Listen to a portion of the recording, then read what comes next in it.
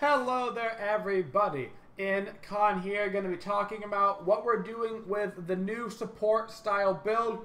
Nothing too crazy, it's pretty similar, but a little bit different. We have a couple of new item choices that we can be looking at, and I wanted to get this to you guys as fast as possible because I know everybody's looking immediately for their builds. The second that patches go live, they want to know, what do I build, how do I build it, when do I build it, etc. So right off the bat, we're going to go ahead and let you guys know you still get Watcher's Gift at the start of the game. Nothing has changed. Everything's perfect. You're getting your Watcher's Gift, you're getting your Boots one, and you're getting your X potions, right? You're getting your 4 health potions, your 4 mana potions, your 5 and 3, whatever. Boom, bada boom, boom, boom. Totally normal, so we're all good so far. As far as your actives go, there's going to be a couple new things here. One, they've got Thorns, which is the new active. Don't worry about it. You don't need it on support.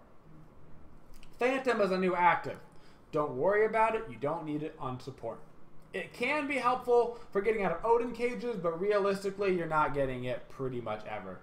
Stay inside the Odin cage, figure out a different situation to deal with it. Sunder got buffed. You're not going to be getting it on support. Don't worry about it. Scout got buffed. You're not going to be getting it on support. Don't worry about it. I know they buffed it. I know supports want to get Scout because then you save money on your wards, but it's still not good enough for you to be getting it over your other actives. So, what actives are you looking at as a support right now? You've got quite a few options. We've got quite a few. One, Shell is still great. It's wonderful. Meditation is great. Blink, if you have a Blink God that needs to get the initiation off, probably leaning towards getting that as your second active compared to your first.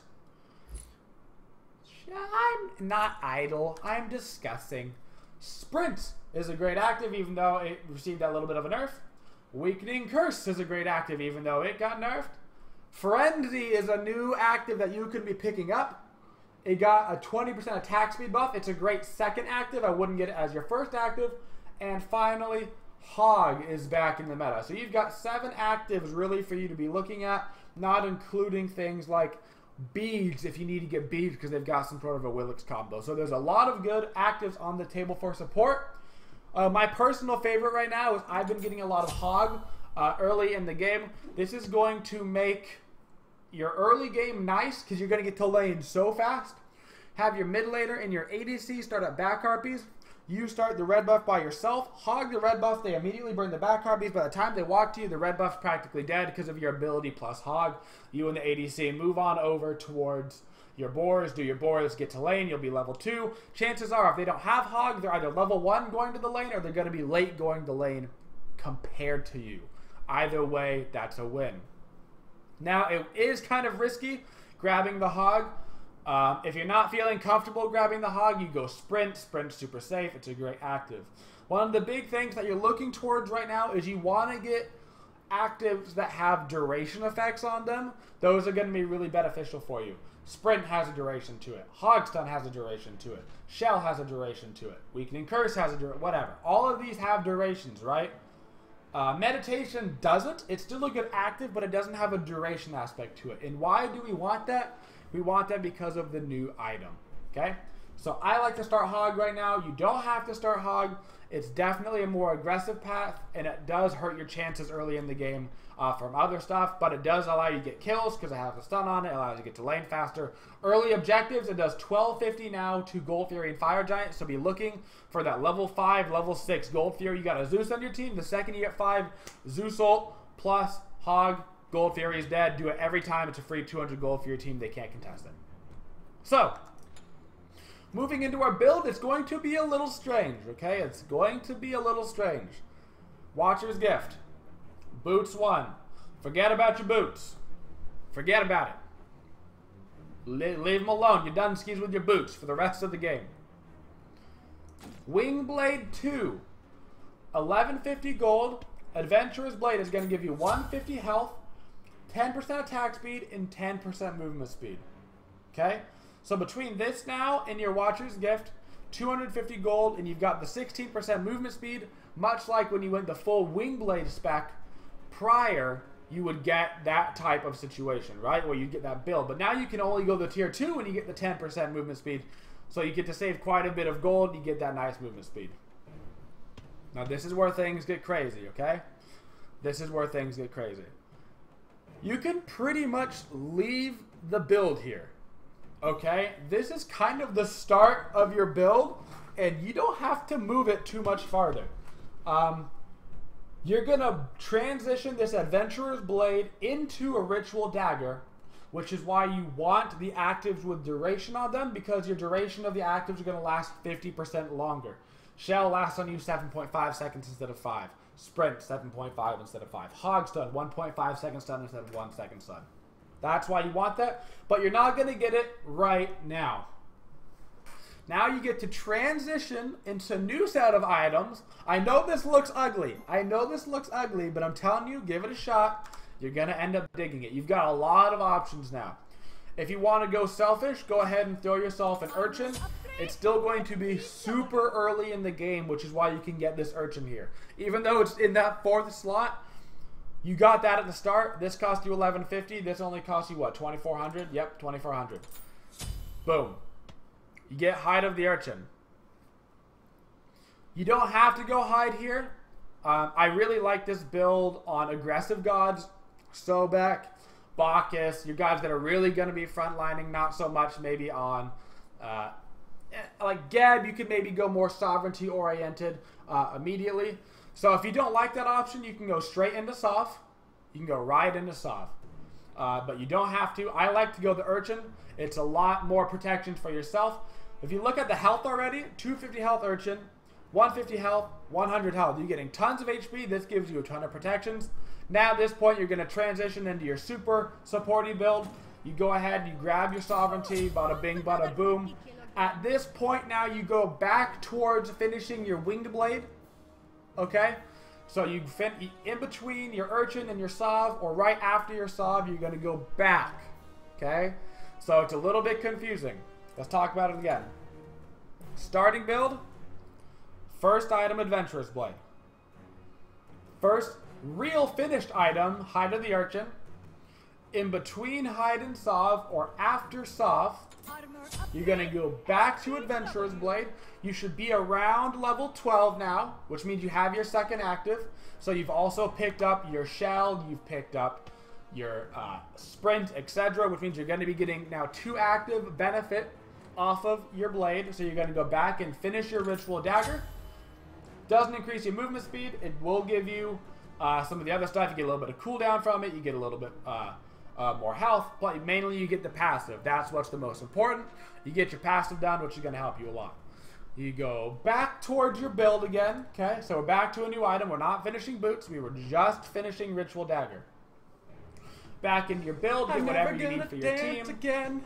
Your team needs a heart word because you need magical defenses. Your team needs pestilence because you need anti-healing. Whatever that may be, grab whichever one of these you need most because you're going to need that magical protections, right? Assuming, you know, they don't have 5 physicals, in which case, of course, don't get a magic defense item. But your standard build, you're going to want to grab one of these 2. I'm going to go ahead and grab the Pestilence. Gives you more magical protections for yourself personally. Really not that much more, what, 15 more. But there's a lot of healers right now. There's a lot of healers. Aphrodite's in the meta. Hell's in the meta. Guan's in the meta. Hunters with Soul Eater in the meta. They're grabbing Death Tolls in the meta. Meditation's in the meta. There's a lot of different... Sylvanas is coming back. A lot of aspects where you can get healing in the meta. You should be looking towards getting anti-healing almost probably every game now. Okay. Look at this. Our build is filled up on the bottom, but we still got a starter item and we got Boots 1. Okay? We're going to sell our starter item. You can either sell it earlier, you know, you sold your starter item because you finished your Sov with it, right? Whatever. You've probably gotten rid of it by this point. If you haven't yet, cool, you don't have to. But now you're going to get rid of it. And now you're going to move into Spirit Robe. This is going to give you quite a bit of extra protections. We can see now our protections are decent. We, of course, don't have the extra Hide of the Urchin stacks, which we would normally have. And, of course, we don't have our passive protections from leveling up like we would at level 20. So you're going to get Height of the Spirit Robe. This is going to give you both protections. More importantly, you're going to get a little bit more cooldown. So you've got the 10% cooldown from here. You're getting 10% cooldown from here. Now you've got 20% protections. You've got a bit of CCR now on you. And you're going to, of course, get the Spirit Robe passive, which is probably the best passive in the game as far as being tanky. 15% damage mitigation for 3 seconds. If you're on somebody like Bacchus, combined with the mitigation you're getting from drinking, it's going to be insane. Now, we've gotten towards the end of our build. We've got our 6 items, right? But we only got boots 1. We sell our boots. We sell our boots.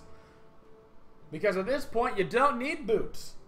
But you need movement speed, so where are we going to get movement speed? You finish up with a wing blade. Wing blade's going to be a lot more beneficial for you towards the late stages of the game. You're going to get 300 health from this item, which is better than any of the boots are going to do for you. You're going to get the final 20% CCR, so at the end of the game, you've got your full 40% CCR. The attack speed is kind of irrelevant to you unless you're on somebody that actually benefits from it. Ymir is actually really nice.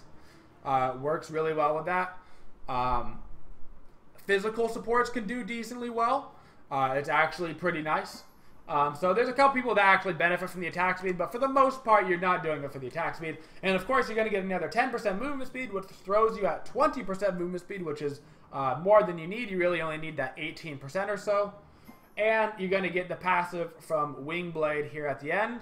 And this is what your final build is going to look like, and it's going to be about in that order as well because of the way you're buying your items.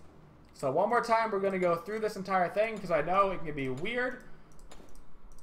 In fact, it's not that it can be weird, it's just that it is weird. And this is, right off the bat, guys, the best build that we're just kind of looking at immediately. This build will probably change as the meta changes, as little tiny patches come in, as we learn to do different things here and there.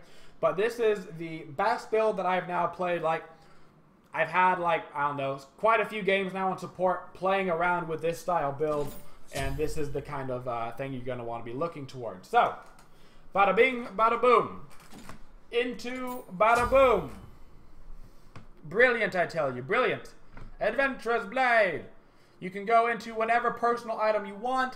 I like Urchin. You get your stacks on because it's still early in the game. Sure. You can either finish this or grab towards your sob for the team fights. Boom. You go back and you finish your item because you're about to be level 12, so you want to make sure you got both of your actives lasting longer on you. You go back towards the end of the build. You're probably going to be grabbing anti-healing or magical protections for your team. Wow, crazy. You get rid of your starter item, which you probably already got rid of. You go grab Spirit Robe because Spirit Robe is one of the strongest items in the game for defense. You sell your boots and you pick up the final Wing Blade, and that's going to be the build, guys. I know it's crazy. Give it a try. You're going to find yourself being pretty tanky and being able to be pretty aggressive with this build. This is what we got right off the start. It's working well. It gives you movement speed, a lot of health, a lot of aggression, a lot of good stuff. If you guys enjoyed this video, if you're watching it here on YouTube, thank you so much for the support. And don't forget to like, comment, and subscribe, guys. And as always, have a twitching day, y'all. It's the final countdown. Ba-da-ba-boo. Ba-da-ba-ba-boo. Ba-da-ba-boo. The final countdown.